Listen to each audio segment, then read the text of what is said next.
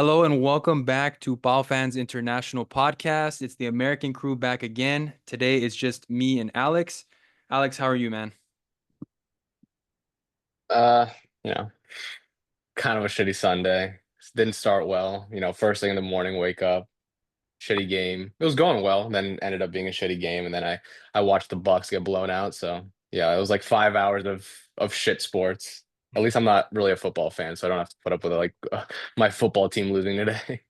Yeah, you didn't have a trifecta Yeah, there, but hey, that's sports, right? You got the highs and you got the yeah, lows, and you got to get yeah, caught somewhere in between, not too high, not too low. But yeah. um, all right. I mean, the good thing is overall, the general idea with our team is that it's been positive for the most part. Although despite this weekend hasn't been the best for us, could have been a lot worse.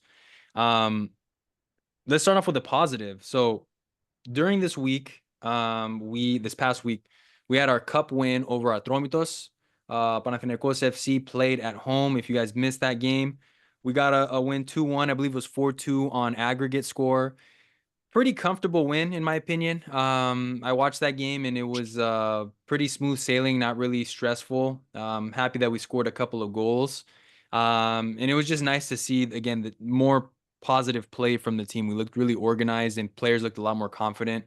Was really happy with Pelistri and how he was looking. Looks like he's been kind of continuing that form that he had before the Christmas break. Um, Alex, how'd you see that game against Atromitos? Anything stand out to you? Yeah, I don't. There's not much to say about that one. It was like pretty routine. Obviously, we took a 2-1 lead from the first leg into the second leg, and you know we finished it off pretty early. They did get one back, but again, it was still pretty routine. I don't think none of us were super worried going into it, and from the second that we opened the scoring from the fourth minute, it was just uh, controlling the game afterwards. I think the two big things that are the takeaways for me from that game is that Pelistri, like you said, I think he had a good game, and overall, just to score on our first big chance of the game, I think was really nice to see, considering we've talked about the lack of finishing over the last 2 months, kind of since Rui came in. That was like, I think, in my opinion, the only thing that we were missing. Like, we were putting the chances forward. There was a lot of games where we had like 20, 25 shots, but we were only scoring that one goal. And we were kind of laboring, even though we felt like we should be scoring more goals and a lot of missed chances. So it's starting to fall now. We're being a little more clinical in front of goal. And it was capitalized there by scoring on our, first big chance of the game with Pellistri there in the fourth minute. Um, and we saw it out going 2-0 up at half, 4-1 aggregate. So yeah, routine after that. The other second point I wanted to make is that since it was all done and dusted at half, I think basically everyone wanted to see some more subs. Um, because he did it was a rotation, but it was almost like a half rotation because you had some main guys in like Jedvaj had started that game, Baca had started that game, Mladenovic had started that game, and Charon had started that game. Those were, I think, the most regular guys who started that game. Um, and easily, I think he could have taken at least two or three of those guys off at half since the tie was, essentially finished, but he didn't. And it kind of, oh, so the other one I forgot was Unahi. So basically like half the lineup was kind of regulars, and it ended up kind of being costly because both Jedvaj and Unahi went off with injuries in that second half, when in my opinion I think they could have, been rested uh from 45 minutes. So, it's minor complaint. I don't think neither are long-term injuries. Obviously, they were not available today, so they did, miss at least one game. Hopefully, they're close to coming back. But yeah, I don't. It felt like kind of an unnecessary push to keep at least all of those guys in for that long. Like Yedvay didn't come off until the 70 some minute uh with an injury. So I don't know. Like, did you really need to keep him on that long? I don't think so. Yeah, yeah, I agree there. I think we could have afforded it to, rotate the squad a little bit more. Definitely wanted to see some more subs. We saw I think Palmer Brown came in for Yedvay after that injury, is that right? Um Finally, yeah. After yeah, over a year, right? It's been, yeah. I think the last time we saw him was like October 23 or November 23. So it's been a year plus for sure. It's been, yeah, the last time I think he played was when Jovanovic was the coach. So Yeah, and he was that was like a 2 week injury, so that's been a long 2 weeks, to be fair. yeah, yeah, that's a Greek Yeah, injury. yeah. That's He got a cafe on the way. Yeah, yeah. yeah. He took his time, stumbled Yeah. over a couple of chairs, re-aggravated it. Yeah, I mean, hey, I guess that there's a silver lining there that Palmer Brown exists and that he can play on the football pitch. So, yeah, good that we saw there. Unfortunately, again, we did lose Yedvai for that. Hoping it's not going to be like a super serious thing. Um, you know, time will tell, really. But Yeah, we haven't really heard much about it, which I don't know. I don't know if that's a good or bad thing, but I yeah, think they didn't train. They trained independently from the team, both of them, since Wednesday. I think Yedvai might have been like fringe. He was yeah, maybe potentially going to be available today, and then last minute wasn't. Uh, I don't know. I don't think either are long term, but still, like even if it's just 1 or 2 games, why? Like just unnecessary, you know? yeah, absolutely. Yeah, yeah, it was preventable for sure. Yeah. Just one of those things. I think as we kind of go on, maybe we'll start to see some more trust of maybe some of the younger players or maybe some of the players that are trying to earn a spot or get some minutes in. But yeah, that was probably like for me as well. I think that was probably the only quote unquote like the negative takeaway from that game against Atromitos in the Cup. Is probably What you just said too about the young players, like I don't we had a couple of youth players on the bench like Dabizas and who Fikai and one more uh can't don't think. remember who the don't remember who the third one is, but there were three young guys on the bench, and this was like the perfect game to try them out, you know, like Yeah, even for 10 20 minutes, 10 15 20 minutes.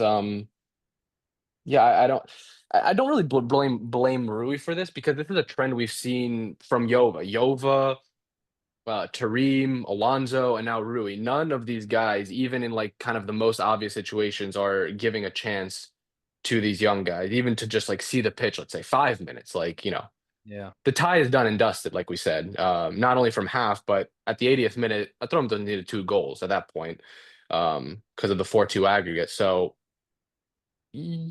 we have so little trust in these guys that they can't even have like a 5 minute cameo in a tie where it's like there's essentially no risk. And like I said a minute ago, if it's not in this type of game, they're never going to see the pitch because this is the safest you're ever going to be in a game. You know, up 2-0, up 2 goals on aggregate with 5 10 minutes left, you are never going to be safer than that um, against a lower Greek side. So again, I don't blame Rui. It's a trend that we've seen now for the past yeah, couple of years with multiple coaches. It's just very peculiar, and uh, all I could do is call it out. But I can't understand why. I'm not saying these kids are world beaters or whatever, but again, just 5 minutes. Like let them see the pitch. Like how do you yeah, expect anything to develop if they can't even just start with a baby steps, let's say, and then yeah. Yeah, it makes you think a little bit. I mean, like you said, all these different coaches, we're seeing a routine pattern. You would have expected at least one coach to maybe mix it up a little bit and try something new, but I, for me, from what it spells like, it looks like maybe that's just the instruction from the club itself, yeah, maybe. That yeah. hey, we're paying these guys bigger money, these foreign players, these older players, whatever. Let's make sure they see the pitch, and these younger guys can kind of take a back seat. Unfortunately, as fans, that's something that you don't want to see because you'd like to see these youngsters develop. For me personally, I mean, if that really is the case, though, I would just loan them out. Maybe to a Levadiakos, somebody that's kind of helped us out, help them stay up. You scratch our back, I'll scratch yours, type of deal. So that way, Especially now since we don't have a B develop. team, right? We don't have a B team. Yeah, we don't have a B team, and yeah, they should have. So these guys are not getting consistent playing time, you know, competitively. I'm not talking about training. I'm talking about game time and stuff like that. So they're not getting that. They're not seeing any first team action, even in these blowouts. You know, this is why we are in a continuous cycle of, you know, not just wasting talent, but also not producing talent in general. Because we've had longer conversations about this, and this doesn't have to turn into that, even though it kind of is. But how many talented guys have we produced in the past 5 years? You might say Foti. Sure, Foti's a great player, but he's also not a homegrown product, right? He did come from Levadiakos. Yep. Uh, so it's a really only Vaya recently. Yeah, really, yeah. Vayanidis is really. Bilal was one star who didn't pan out. Yep.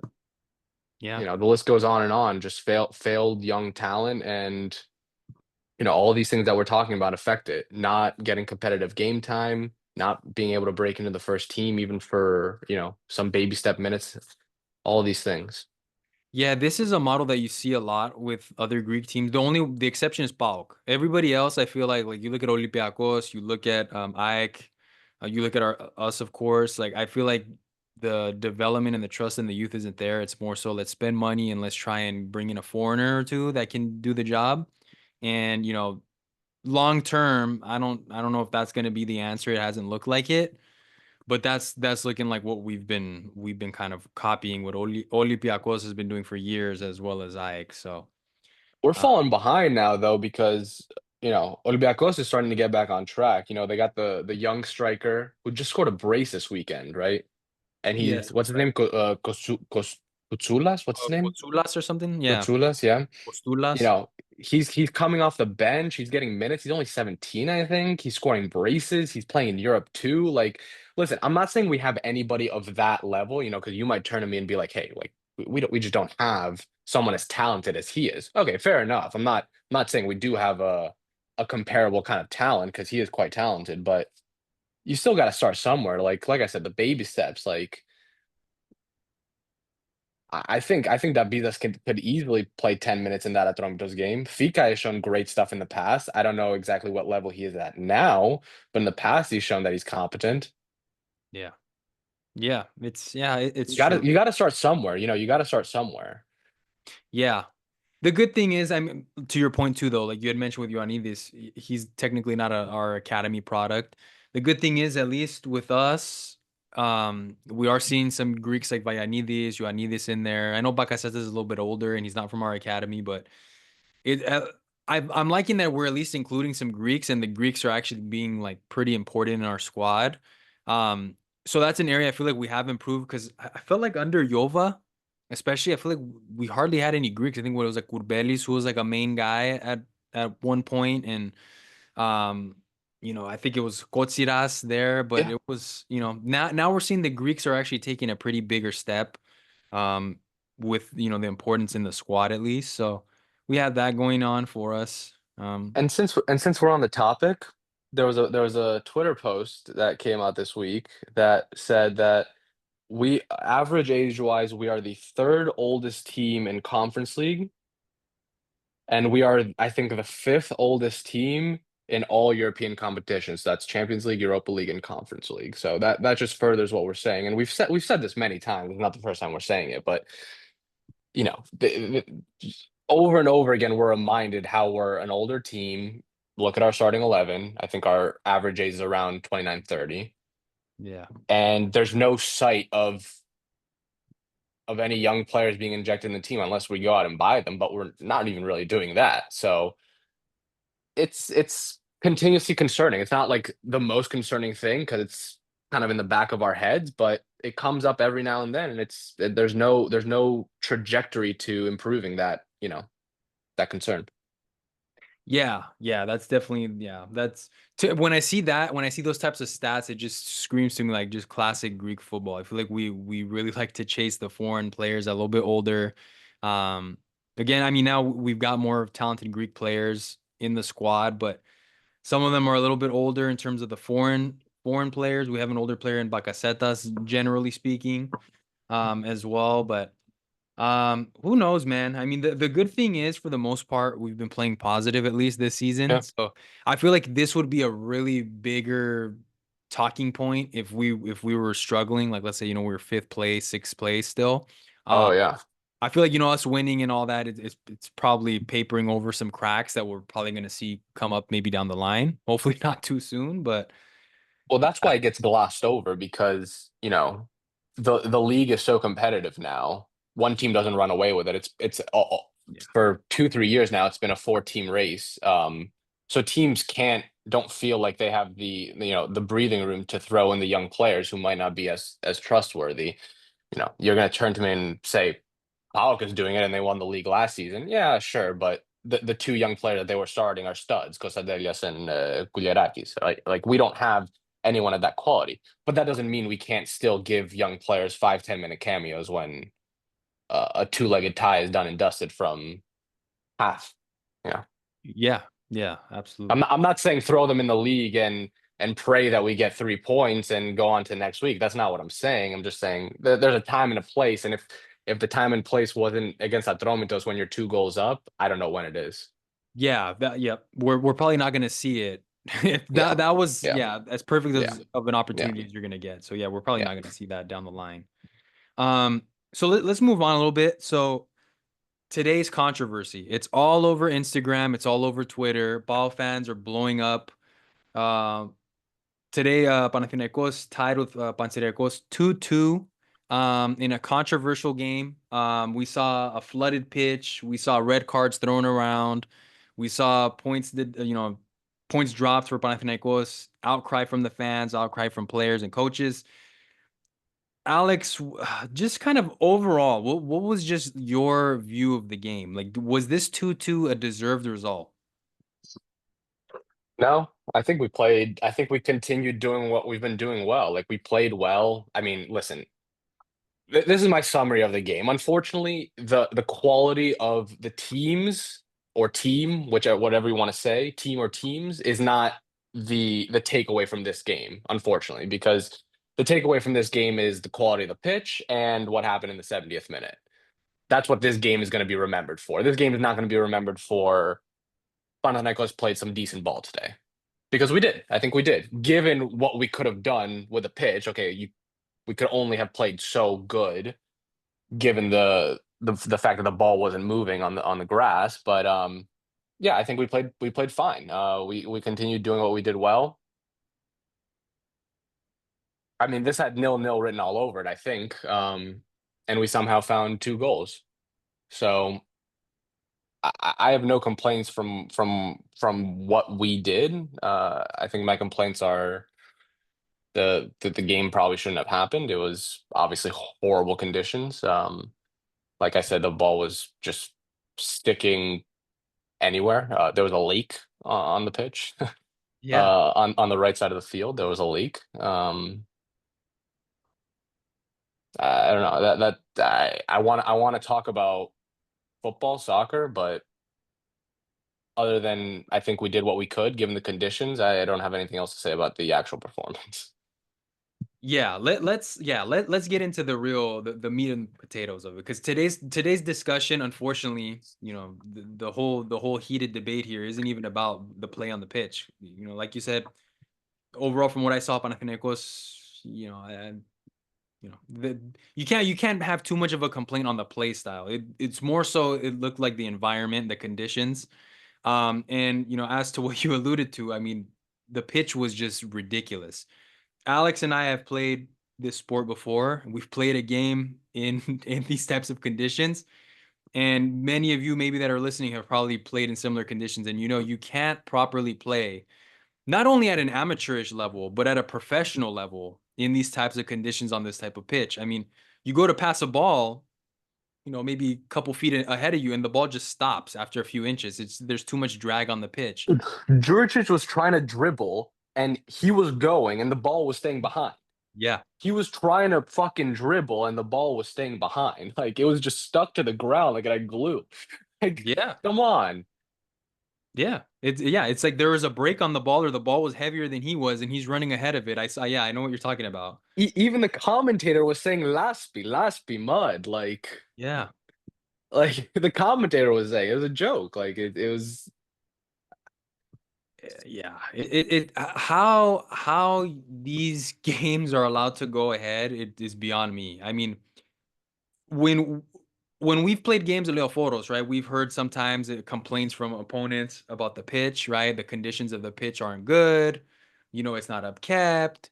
But for some reason, I mean, I can think off the top of my head over the years how many times we've played in games where the conditions have been terrible and on away pitches, but the game's still gone on. It's just to me, I don't know, it's weird. Call me conspiracy theorist, but I just think it's too much of a coincidence and it's too ironic that Well, Panathinaikos has to play these kinds of games. I don't know if you caught it. You've been busy today, but did you catch what happened in the I game? No, I missed it. Okay, so I didn't see it, but I read about it. We've been talking about it in the chat. So Ajax game, which kicked off, I think, 4 or 5 hours after ours. They had the late slot of the day. Their game got suspended at half for a period of time because of the rain. Hmm. So they started the game on time, as far as I know. Again, I didn't watch the game, so I don't know. I hope I don't get any of the details wrong, but they started the game on time, as far as I know. They played the 45. Ike was up 1-0, and then coming out of the dressing room, the game was suspended. I don't know for how long, and then they ended up finishing the game, and I believe it ended at 1-0. Hmm. So yeah, I don't know. I didn't watch the game. I don't know what the condition was at Opaparina. They were home. But listen, Opaparina, the pitch there is way better than the pitch at Inceres. Yeah. 100%, right? Ajax got a brand new stadium. Their pitch is in a way better condition, rain or no rain. So for their match to get suspended on the better pitch and our match on the worst pitch to not get suspended, you gotta raise an eyebrow. You gotta raise an eyebrow. Yeah.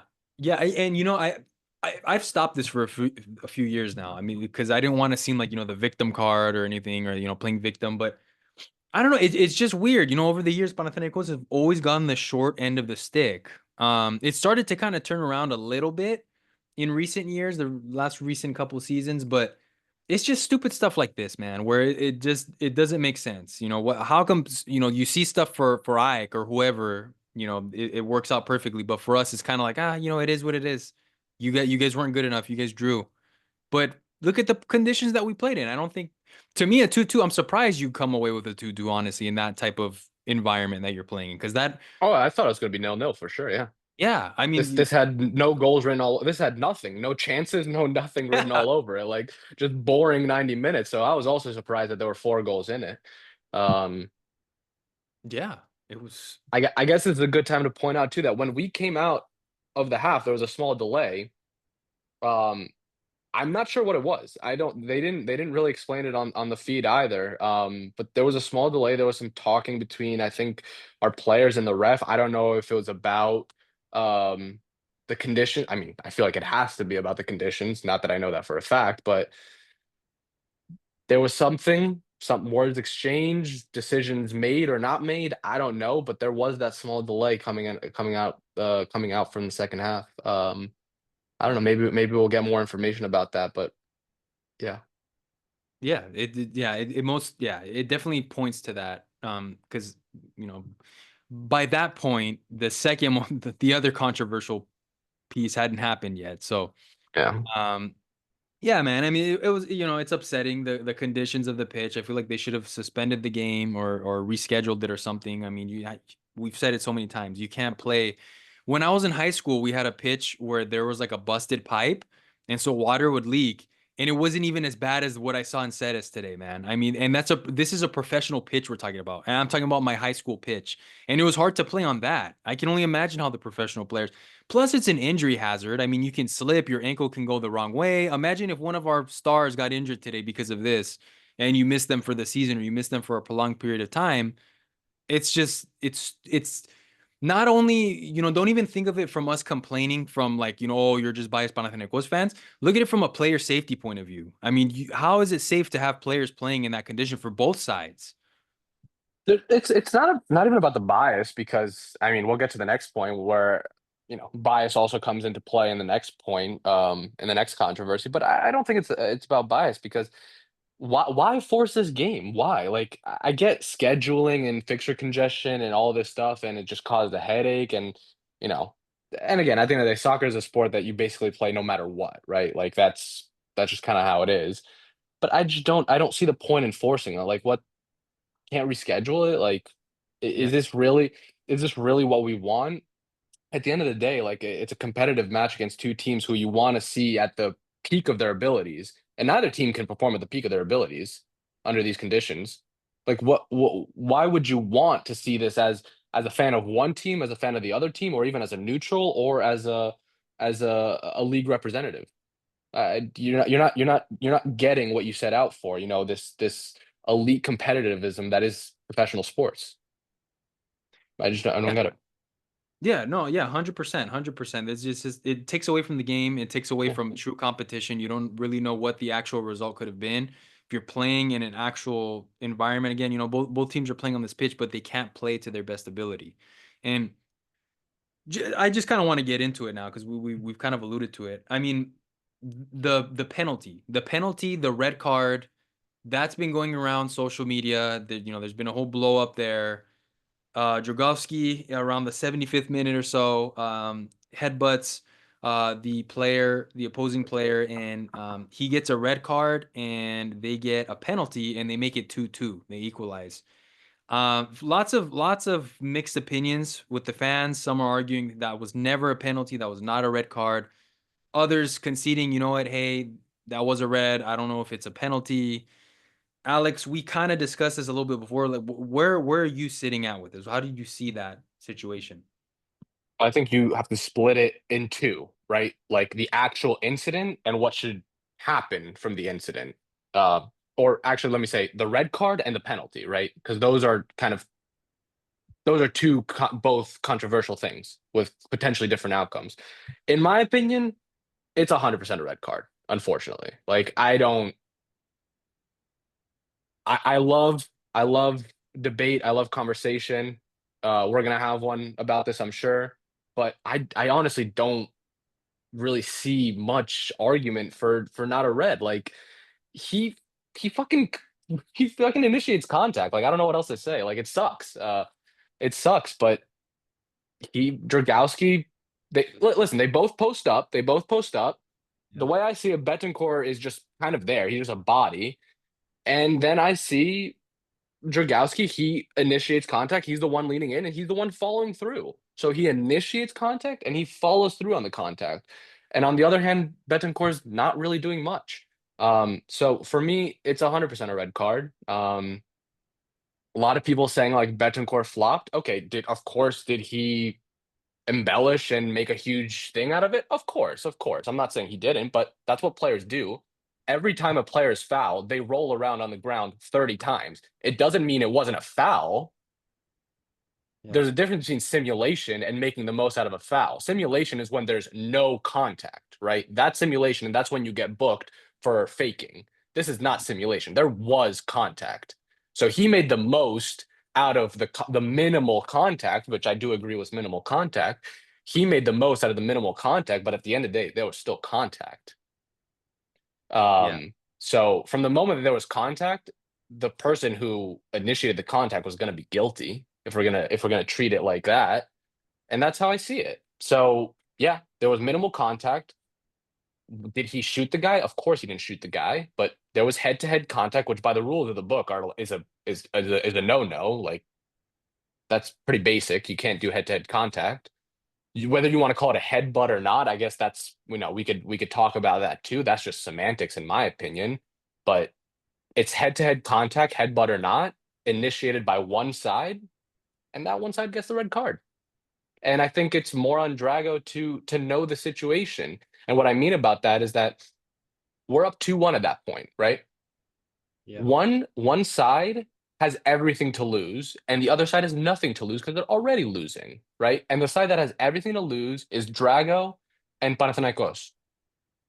Because we're up, we're gonna see the win out, probably. We have everything to lose. Betancourt and Panserraikos have nothing to lose because they've already lost everything in the 75th minute, theoretically, if it just stays as is. And anything that they could gain more than that is a win for them. And he got the most out of that situation, Betancourt.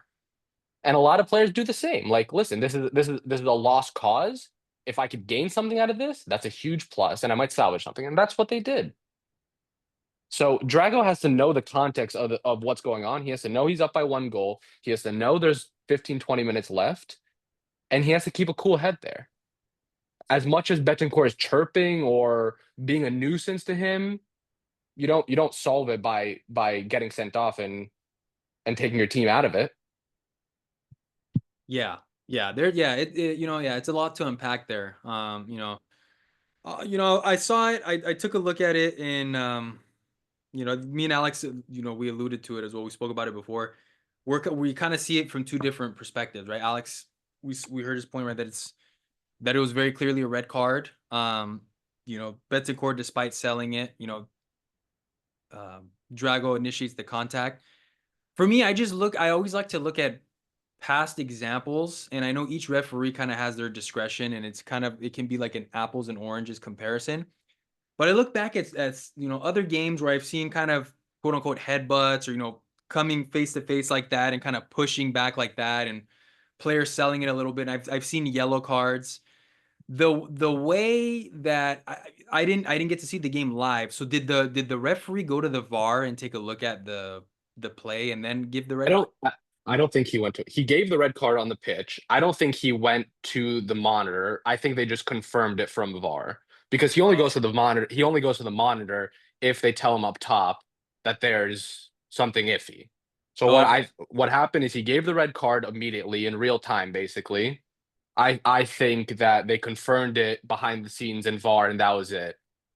Oh, I see. Okay. Yeah, And definitely. to be honest, I'm not even mad at VAR because these things on VAR look worse than they do in real time. Yeah. That's what we've said this so many times, and that's kind of one of the drawbacks of VAR is that contact looks so much worse in slow motion and when it's zoomed in. So from the second that you have that available, this incident, which had gotten called in real time, was not getting overturned when you were looking at it and hyper scrutinizing it through VAR and slow mo and close ups. So I'm not even mad at VAR. Like I didn't expect it to get overturned. Yeah, But yeah, you were explaining your side. yeah, even with the VAR, like I saw the replay in slow-mo and everything, it's so soft. You already know the conditions, you already know kind of the environment that you're playing in, teams are heated. Us, I mean, with them looking at it again as well, I mean, you again, he sells a contact. Drago, of course, makes and initiates the contact, but it didn't look anything like he was intentionally trying to injure him or anything. It looked like two players coming together, getting frustrated, and Drago kind of pushing him off with his head like that, and then Betancourt, doing what strikers do and kind of making the most of it. To me, personally, if I'm on the pitch, even if let's say it's a neutral environment, I don't know who's playing. To me, that's a yellow. I can't. That's a strong red, and I've been seeing reds, especially in the Greek league. When I watched Balk versus Ike in their first leg against the Cup, where I mean, you see a one guy get absolutely taken out, murdered on the pitch, and he gets a yellow, and then you see another guy, get a toe tap, and it's a red. And my issue is in Greece overall, and I know Alex, you were kind of explaining that the referee in this game wasn't that bad. There's just never any like type of continuity. There's never any type of I'm trying to find the word, basic consistency among the refereeing in Greece, where it's like Yeah. you know, one light tap is a red, and then you see another, guy get absolutely murdered on the pitch, and it's a yellow, and sometimes just a talking to. And to me, the Yeah. way that it looked like it didn't, if Drago had like full on like, banged his head as hard as can be, I'd be like, all right, dude, you're trying to kill the guy. It looked like it was just two players coming together, letting some steam off. He sold it a little bit. I'd give a yellow. And I feel like the red is kind of what made the referee kind of like, okay, I've got to give a penalty now. Because if it was bad enough to give a red, now all of a sudden I'm kind of inclined to give a penalty. Versus I feel like if it Right. was a yellow, you know what I mean? I feel like it would have lightened the situation a little bit.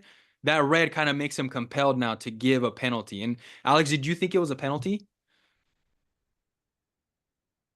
So this is like this is so weird because like this never happens, right? Like this is such a Only in Greece. specific case that we don't have something to compare it to.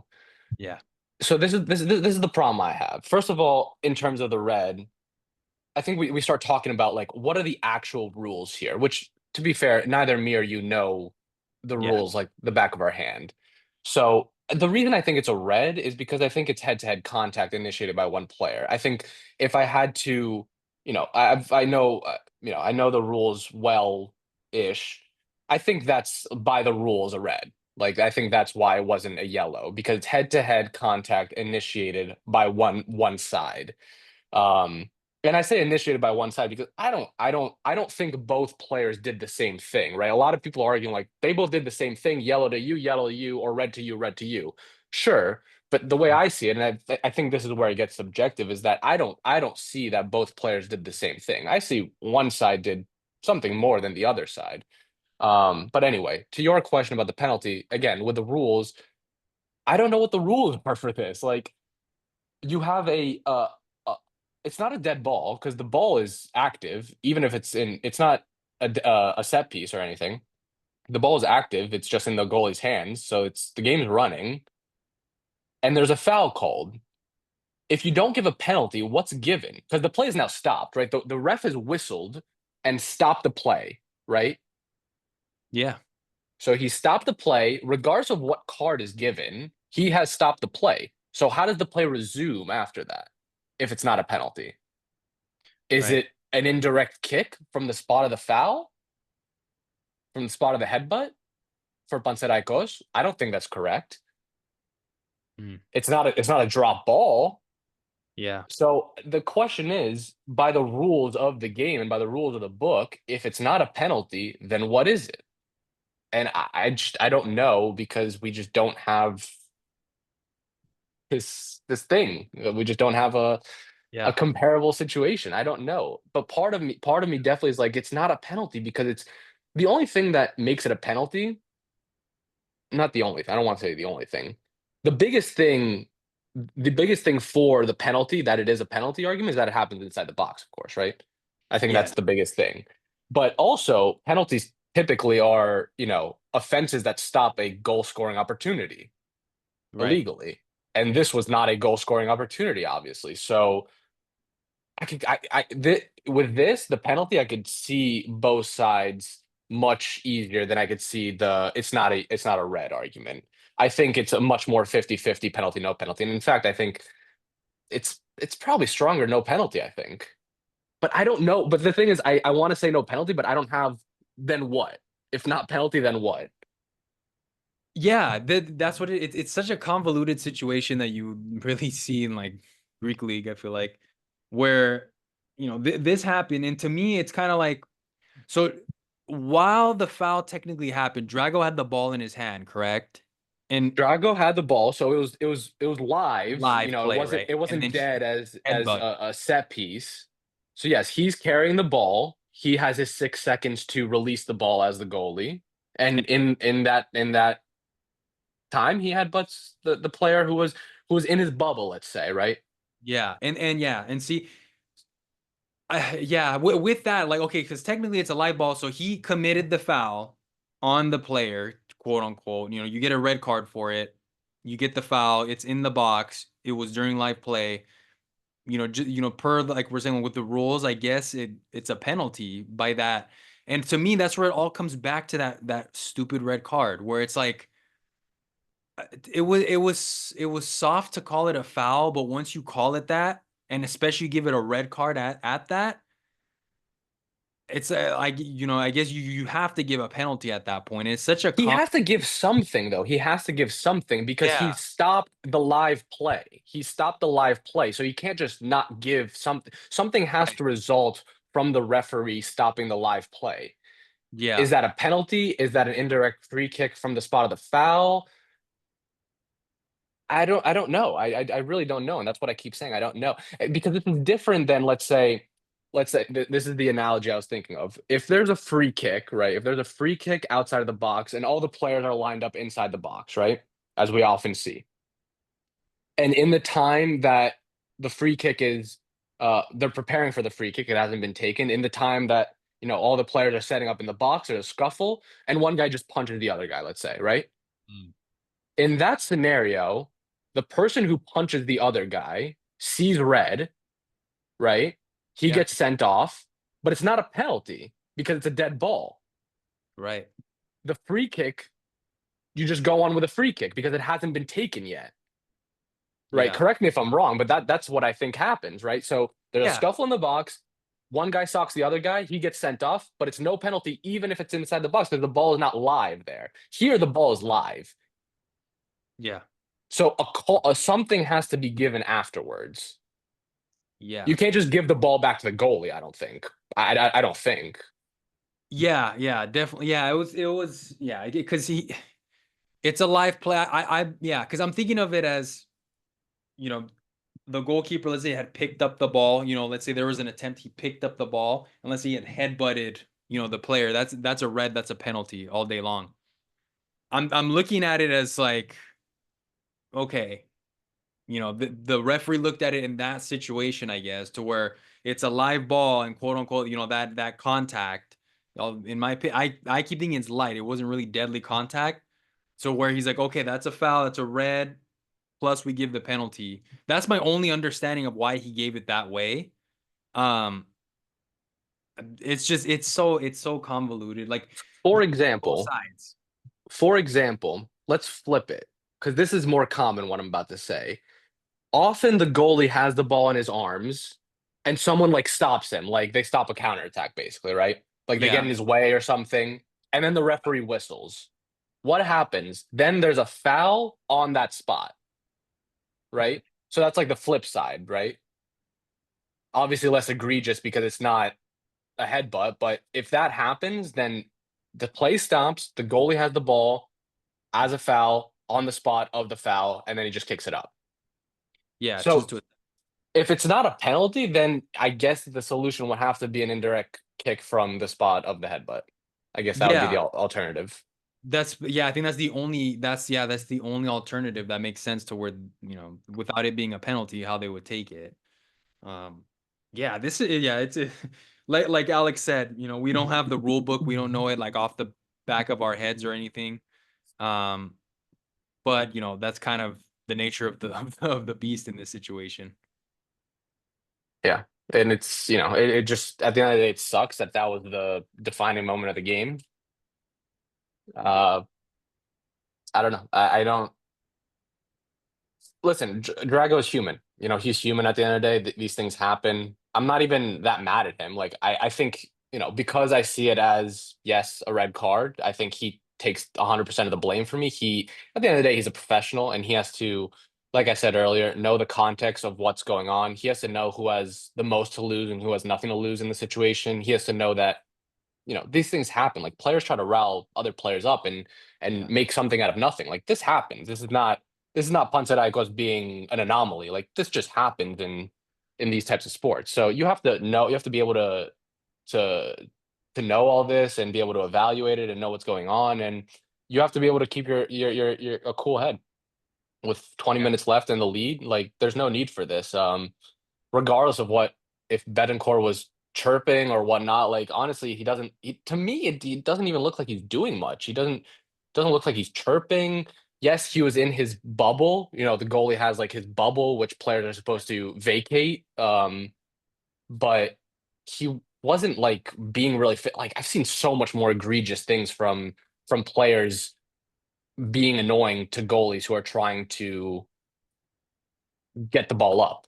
I've Yeah. seen way worse things. Betancourt was, in my opinion, not really doing much. People say that there was a push. He did elbow a little bit, but it was just kind of like I don't know. I didn't think that was that bad. Um, yeah, I mean, I don't. What I was saying is that I do think that Drago does have to take the blame if I see it as a red card, which I do. At the end of the day, he's human. I don't. We're not going to crucify the guy over this. It's two lost points basically because of that one incident. Sure. But I don't know. This shit happens. You just got to be more professional at the end of the day. Yeah. Yeah, absolutely. Let me see. All right. Sorry about that cut there. Had something pop up there, but as we were talking about, we are going over the penalty and the incident between Drago and Betancourt. Again, a lot of nuance to it, really. A lot of kind of issues there that we can kind of go round and round in circles with pretty much all day. Just in general, I feel like all this could have been prevented if we had played. It goes back to that pitch that we're playing on, really. I feel like it just led to a domino effect. Players are pissed off, managers are pissed off. Should the game be canceled? Should it be postponed? Tempers are high. I agree with you, Alex, where I feel like Drago should have in that situation, especially we had more to lose than they did. We had it all to lose. We're up 2-1. Should have just kept your cool, regardless if it was a yellow or a red or whatever. At the end of the day, the referee gave what the referee saw and what he believed, and it could have been prevented, right? You're up. I'd understand if we were down 2-1, tempers are high, feelings are high, and you go and you headbutt him. Okay, I can kind of see it, but this situation we're up. So it's like, if anything, Drago, you should have flopped. Like you should have, egged him on to do something to you, and then just wasted more time that way. But in the end, these are kind of the cards that were dealt. The only thing that I'm glad about is somewhat silver linings. At least we didn't lose. It's lose points to drop points, but I mean, at least this didn't fully cost us the game. It's very frustrating still, but you know, Don't put yourself in a position for the ref to make that call, right? Because you don't need to put yourself in that position.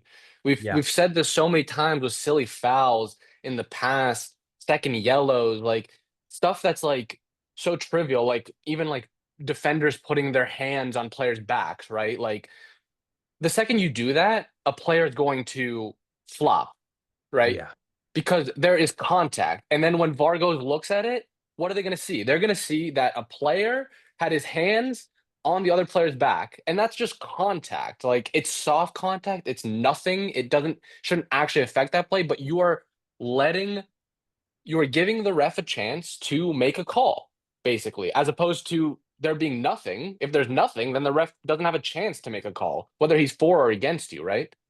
So yes, don't put yourself in a position for the ref to make that call, and that's what Drago didn't do. He shouldn't have let the ref make a call in the first place. It should have just been nothing, null, a null yeah, moment. yeah, yeah, exactly. Yeah, ultimately, that's what it comes down to. It could have been prevented, and we wouldn't have, if Drago didn't react, we wouldn't be having this conversation at all. So the onus was on us. And That it's cost at us. the end of the day, it sucks to lose any game after being up 2-0 because you're up 2-0. Like, Yeah, you think you have it. So yeah, it sucks because of that, and it sucks even more to lose a game 2-0 that you were up 2-0 in yeah, this fashion. yeah, yeah. Just sucks. That's 100%. That I think we kind of had the horse kind of beat there with this game. We have a couple of exciting fixtures coming up for the FC, with the cup. So we just went over the Atromitos Cup result at the start of the podcast. We went over the league game today, which wasn't that exciting in terms of fun things happening. It was very dramatic. Now for the cup again, we drew our biggest rival, Olympiacos, and I believe we play them on Wednesday. We'll be at home playing them. So of course it'll be two-leg tie. This is gonna be Rui's second derby since he's taken over. It's gonna be interesting to see what he does. Olympiacos currently sitting first in the league. Um, we of course we have seen that they are not as dominant as in years before, in years past. For me personally, I'd rather, I guess, maybe get these more difficult opponents at this point rather than, maybe face them later on in the final. Although it doesn't, eventually you're gonna match up with an Olympiacos or a PAOK or an AEK. I don't know. I feel confident. I think that we can get a win against Olympiacos. I think we can progress against them. It's a two-leg tie. Panathinaikos under Rui has turned a new leaf for me. I like the way that we're playing. We play confident. We play organized. We'll have our lapses here and there, but so does every team. Um, Alex, kind of, what's your thoughts about this draw with Olympiacos? I'm confident too. I mean that's for me that's the good part of today, even though there's really no good part. But the kind of good part is that despite the drop points, we didn't take a step back in like the good performances. Again, all things considered, given the pitch, there's only so good that we could have played, but we've been on a streak of great performances recently. So yeah, the drop points today suck, but it didn't make me feel like we can't match anyone. Like under Rui, we've been at the top for a game. The only thing, like we said earlier, that's been missing, I think, has been the finishing, which is definitely coming around now. Um, so I'm not, I'm not worried about anyone. I don't, yeah, I bring it on. Yeah, well said. Well said. Yeah, I definitely, yeah, bring it on. I think is a good summary there against Olympiacos. It's gonna be fun. Definitely want to tune in for that one. It's always fun playing against Olympiacos, and we'll get to see again Rui's second derby in his first Eternal derby against Olympiacos. So And definitely, there's gonna be ones in quick succession because we got the two legs of the cup, and then we also have them, I think, next, not this weekend. This weekend is like, I think we have them next weekend. So funnily enough, that's the same thing that happened last January. We played them three times in quick succession. That was when, like, just when Tareem had come in, yeah, and all three ended in draws, right? I think. Um, we but beat them. it was almost the same thing. Oh, beat them on penalties, right? Yeah. Yeah, It was almost the same situation, just January, late January, three games in quick succession against them. So yeah. Let's hope history repeats itself. yeah, We have a chance to knock them out. But pretty much okay. Although it's January, if we look at it, this kind of ties into what I was going to bring up as well because we have Ike on the weekend. Pretty much the next couple weeks, we kind of have our own destiny in our own hands for the time being. Because I currently sit 1 point ahead of us in second place in the league. Olympiacos sit, I believe, 3 points ahead of them, so they're 4 points ahead of us. yeah. So we have a chance to leapfrog Ike by a couple points if we get to beat them coming up on Saturday. And then we have a chance to close the gap with Olympiacos in the league if we're able to get a win within 1 point. So these are going to be important. Again, it's January, so anything can, by the time playoffs start, things could be looking a lot different. But again, the nature of the game and how things work is, we kind of have our control of our own destiny. So let's you know, take advantage of it. This is a good time to do that. It's also a good time to see if, this positive run of like 11, 12 games that we've seen so far can translate over in these bigger matches. So the first one being, again, we had that game against Olympiacos in the Cup on Wednesday. But the first one or the second one in the league is going to be against Ike, which Ike, I'm worried about in a sense, not on the football pitch, if that makes sense. I'm not worried about us play for play 11 versus 11. I like us against anybody. It's just, what kind of BS if that's, just not to make this podcast negative, but just what kind of BS might we encounter? That's what I worry about when we play them. The good part is that most of the BS, not most of the BS, because there's BS everywhere with them, but I'm just gonna say most of the BS that we do encounter with them is at Hagia Sophia. Yeah, that's true.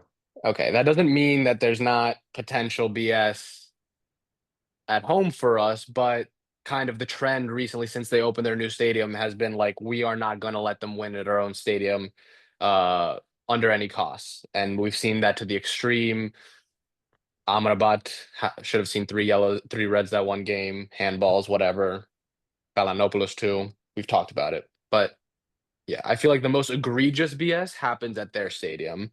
And at our stadium, it's BS, maybe less so, let's say.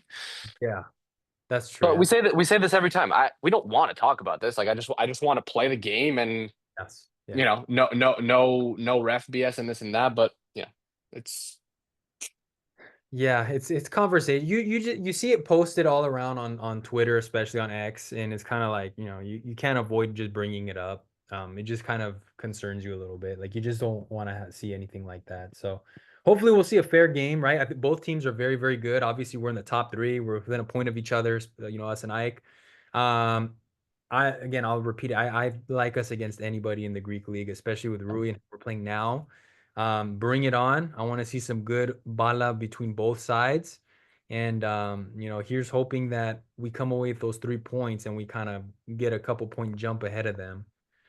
It'll be fun. like you said, we're only still 4 points off the top, which Yep. listen, today feels bad. It feels bad because you could have ended the day 2 points off the top. The same as when you went into this weekend. Right. So it feels bad, of course, but 4 points is not the end of the world. We were in a much worse position 2.5 months ago, 3 months ago, when we were 7, 8 points off the top and we had Alonso as coach. So we've overcome worse already this season. Listen, it's not going to be easy. A lot is going to hinge on that Olympiacos game, the league one, Yeah. because for obvious reasons, that's a good chance to make up ground. If you lose that one, that's not good. You go at least 7 points behind, assuming that we go into that game 4 points behind. So a lot is going to hinge on that. But like we both said, the play is very positive. So being 4 points behind is not the end of the world, but it might come down to other things like, unfortunately, the reffing. We're seeing some pretty horrendous stuff going on, even outside of our own games. Obviously, um, I don't know if you caught this yesterday, but Olympiacos uh, had some really beneficial stuff go their way yesterday. Let's just say that. Yeah, yeah, yeah. I saw something circling around on X. Yeah, it's just been interesting, definitely. You know, that's the part of the game that like we always say we don't like to talk about. But we it ultimately whenever you're talking sports, it ultimately does pop up, especially in Super League. So yeah, I think very well said, Alex. I think you summed it up pretty well there. Um, I think that pretty much wraps up our FC talk. Before we move into BC, did you want to add any last points there for FC? No, I don't think so. I think that's about it. Okay, perfect. So now it's a little more positive for the BC, at least this weekend and this past week for us. Overall, we saw in the EuroLeague, we got a nice win over Partizan. We got a little revenge on them after they blew us out like a couple months back. We again we almost hit that 100 point mark again. I think we won. It was 96. Like what was it, 87 or something, or 86? Yeah, Something. 96, 83, yeah, or 84. Yeah, 96 somewhere, 96, 84, yeah. yeah, it was like like a 12-point win there. So pretty solid. And we were trying to I think we were trying to get that head to head to beat them on the point differential.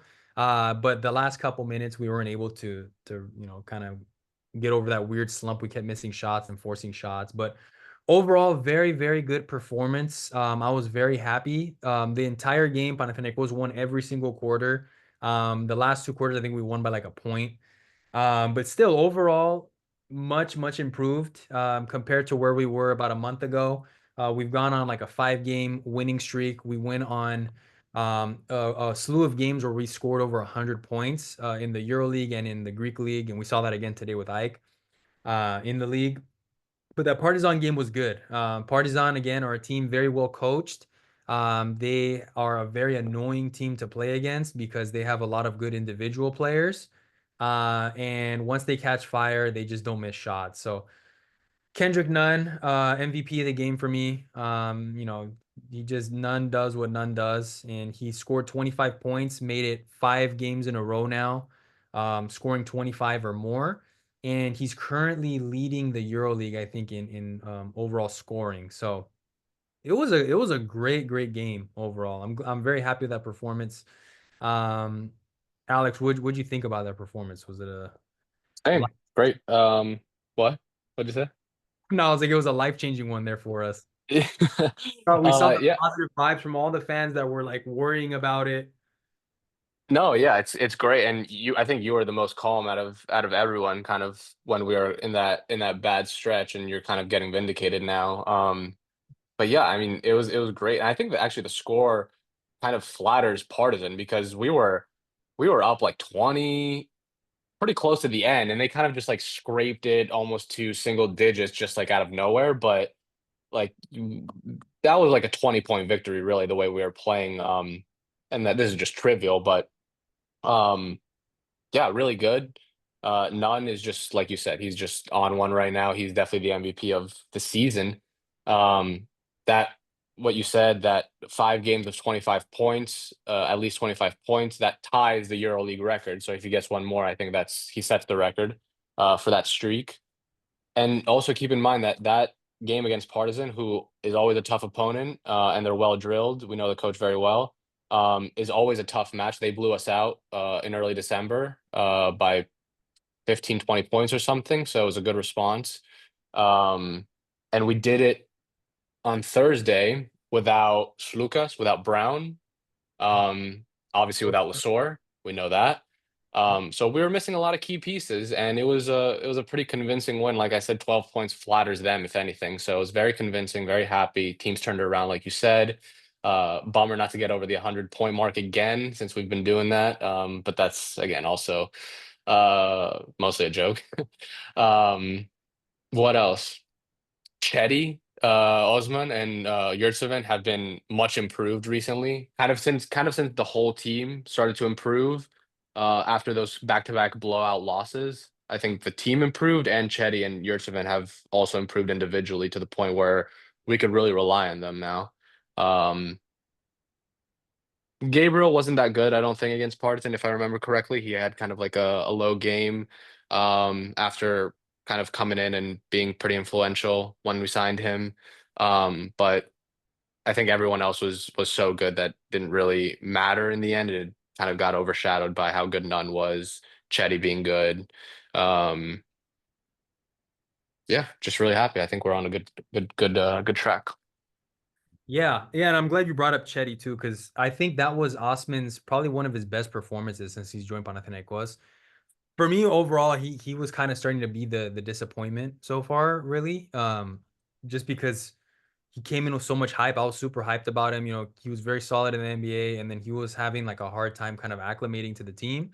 But we saw him. I mean, defensively, he was doing good. Offensively, he was doing really good. To your point, you brought up Gabriel as well. Gabriel like saw sporadic minutes. Like he made a couple mistakes and Adam and like yanked him quick. Um, and hats off to Yurtseven. I mean, Yurtseven was getting a lot of grief, especially when we were going through that like weird period. But I remember during the summer, I was actually kind of happy with him. Like I was glad that we got him. He seemed pretty solid. And now he's starting to like really elevate it to another level. He's got like this two-man game with Slukas and with Kendrick Nunn. We saw them just do pick and roll and just take advantage of that again and again. Um, yeah, I mean, what more can we ask for, really? I'm glad that he's kind of stepped up now that Lasor's gone. And what I like about him too is he can actually shoot threes too. So, nice finisher at the rim. He doesn't win fouls as much as Lasor. I feel like Lasor is the best one in the EuroLeague at doing that. But he brings like a nice, almost like counter to Lasor's game, and it really has fit us. Very impressive without Slukas and Brown to take advantage of it as well. Yeah. Yeah, overall. Um, you know, we weren't able to get that 100-point win against Partizan, but we got a 100-point win over Ike today in the Greek league as well. So we're continuing our positive trend in the league. Teams continuing to play good. Very happy about that. They're not taking their foot off the gas. It's only January.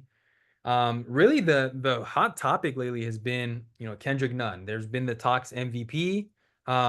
We saw Sasha get that 45-point game after Nunn hit those five straight 25-point games. We're seeing the Gavri saying that it's Sasha. We're seeing Panathinaikos fans saying it's Nunn. We're seeing Sasha himself saying it's Nunn, which is actually pretty cool. Respect. To see that is that's got to tip your hat there. Yeah. And a video came out after the game against Partizan. Actually, a tweet came out first. A rumor from an account on X, Panathinaikos one, that Kendrick Nunn is going to agree to a 3-year, 12 million euro or $12 million extension with Panathinaikos. With the most important part being there's no NBA out clause. So that's super huge. And a video came out after the game against Partizan. They asked Kendrick, there's rumors that you're going to sign for 3 more years, and he goes, maybe. And that kind of set the fans in a frenzy.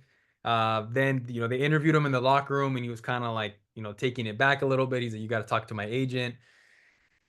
If we're able to get him on that contract, I mean, that's going to be great. I don't think he's going to go back to the NBA, but just having a no NBA out clause for Nunn and having him locked down for 3 more years, that'll be good. I mean, just Nunn alone has really brought like a lot of buzz around the team. It's brought in a lot of money for the team. and just a lot of hype. And of course, in my opinion, he's the MVP. I think he's the best player in Europe right now.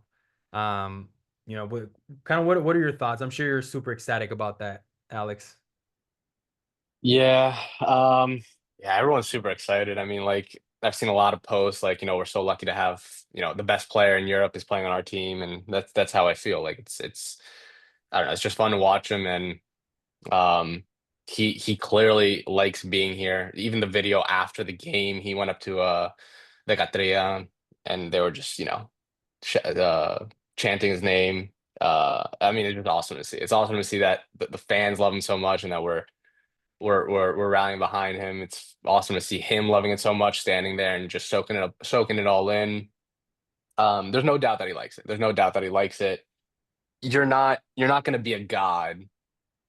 He's a great player, but he's not going to be a god on any NBA team, right? He's going to be uh, a role player, something like that. He'll get his minutes, but he's not going to get what he gets in Europe and with us specifically. So I don't know.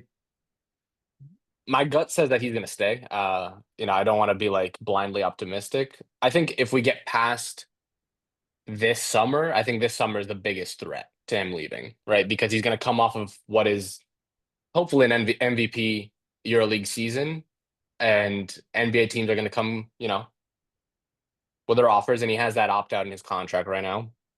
Yeah. Um, so this summer is the big one. I guess he would have to sign. I guess, but the timing of the new contract is kind of important because, like, when would he sign the new contract, right? Because he's under contract. He's on a 2-year contract right now with an NBA out, Right. and this season is the first of those 2 years. Am I correct? Yeah, he has one more season after this one. Right. So he could opt out in the summer if there's offers from the NBA, which I guess that's the thing. Are there going to be offers? I think there's going to be offers, especially if he has an MVP type season. Basically, always the MVP of EuroLeague gets NBA offers, and Nunn is not just any MVP. He's just balling on a crazy level. So he's going to get offered. The question is, what does he want? Right? We've had this conversation before. Does he want to be the main guy of his team? Does he want to be a god? Does he want to be the guy that all the plays go through, or does he want a little more money and to be a role player in the NBA? Yeah. And Yeah. I guess also it factors in how different is the money. Like if we offer him 3 years, 12 mil, that's 4 mil a year. How much different is the money that he would get in a potential NBA contract? I don't know. It really all does depend. The good thing is, I mean, Nunn is a special case because he's very well known in the NBA. The good thing is, like, you look at guys in the past that have won the EuroLeague MVP, and they were able to stay put for like another season or two.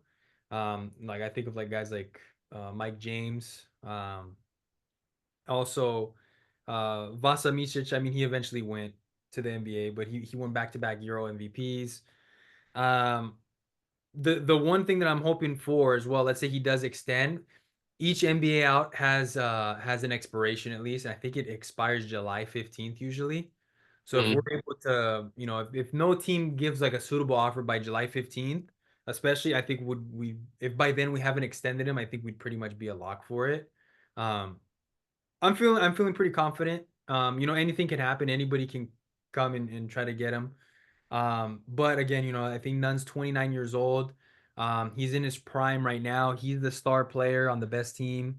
We're one of the two best teams in Europe, the defending champions right now. Things are looking pretty good. And I actually I said this to my friends, some of my buddies that they're not Panathinaikos fans or anything. They know who Kendrick Nunn is.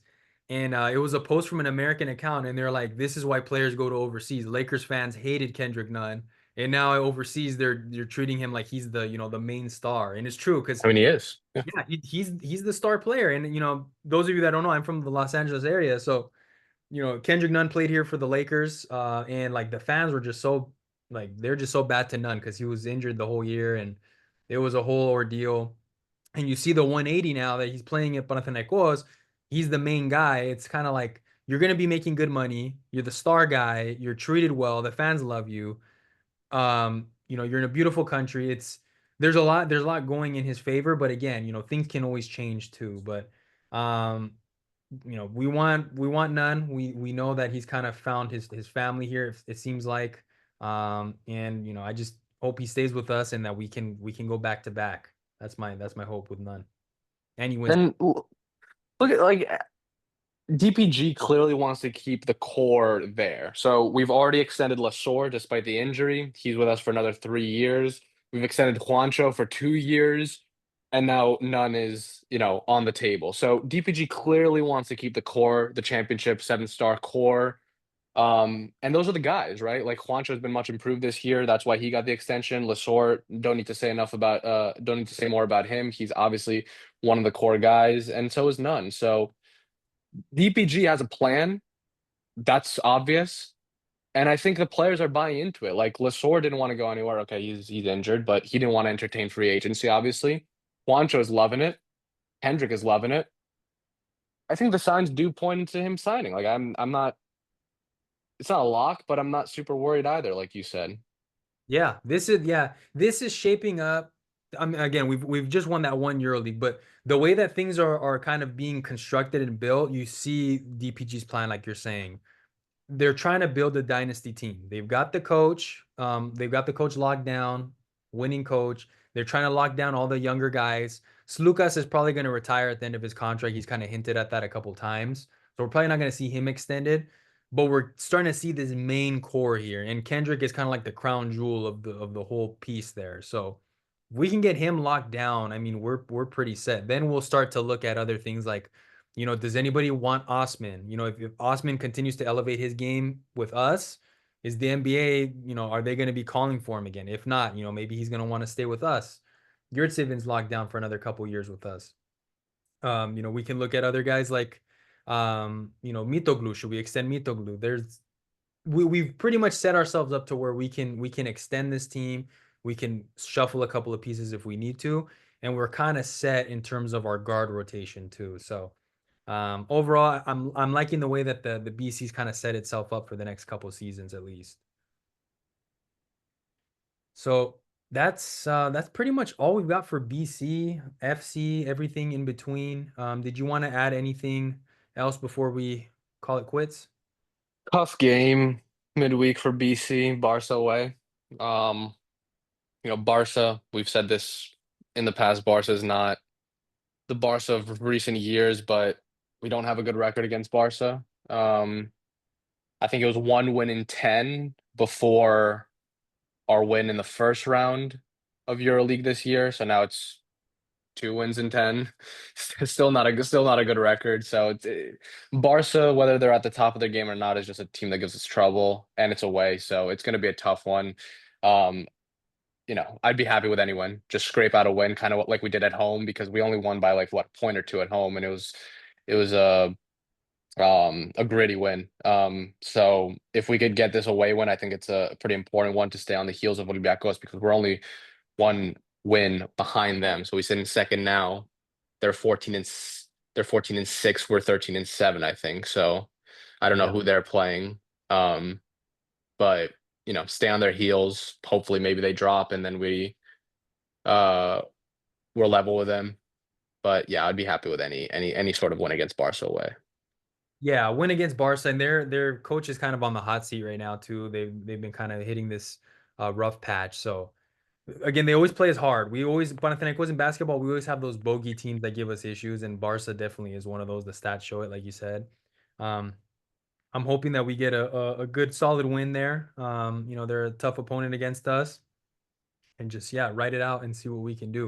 I'm not gonna lie, I haven't brought this up, but I kind of I kind of don't want us to take the top seed because I don't know if you've seen the statistic, and there's a reason for that. I want us to get the win, but I want us to stay below the first seed. That's kind of my little weird thing with the BC this year. So try, make playoffs, do really good, do as best as you can, but let Oli take the first seed. That's fine. That's I have my reasons for that. I think you know what I'm talking about, Alex. Yeah. Seeing that stat. So Yeah, they can continue whatever 45-point Sasha games and all that. But yeah, let's get that win. Let's finish off strong.